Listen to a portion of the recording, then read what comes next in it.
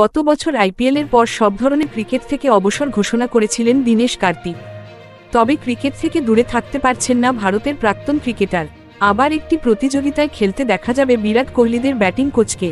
শিখর ধাওয়ানের মতোই এবার legends cricket লিগে খেলবেন কার্তিক।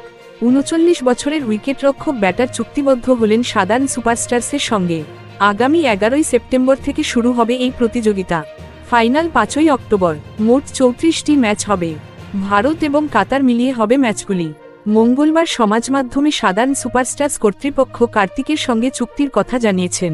লিজেন্ডস লিগ খেলার পাশাপাশি রয়্যাল চ্যালেঞ্জার্স বেঙ্গালুরুর ব্যাটিং কোচ এবং মেন্টর হিসাবে কাজ করবেন। অবসর নেওয়ার পর প্রথম ভারতীয় ক্রিকেটার হিসাবে কার্তিক খেলেছেন দক্ষিণ আফ্রিকার টি-20 ফ্র্যাঞ্চাইজি লিগেও। অর্থাৎ পেশাদার ক্রিকেটের পাশাপাশি প্রাক্তনদের প্রতিযোগিতাতেও খেলবেন কার্তিক। আবার আইপিএলে তাকে দেখা যাবে কোচের ভূমিকায়। এখনও পর্যন্ত 401টি টি-20 ম্যাচ খেলেছেন Kartik. Thank you so much for watching our videos. Please do like, share and subscribe our channel.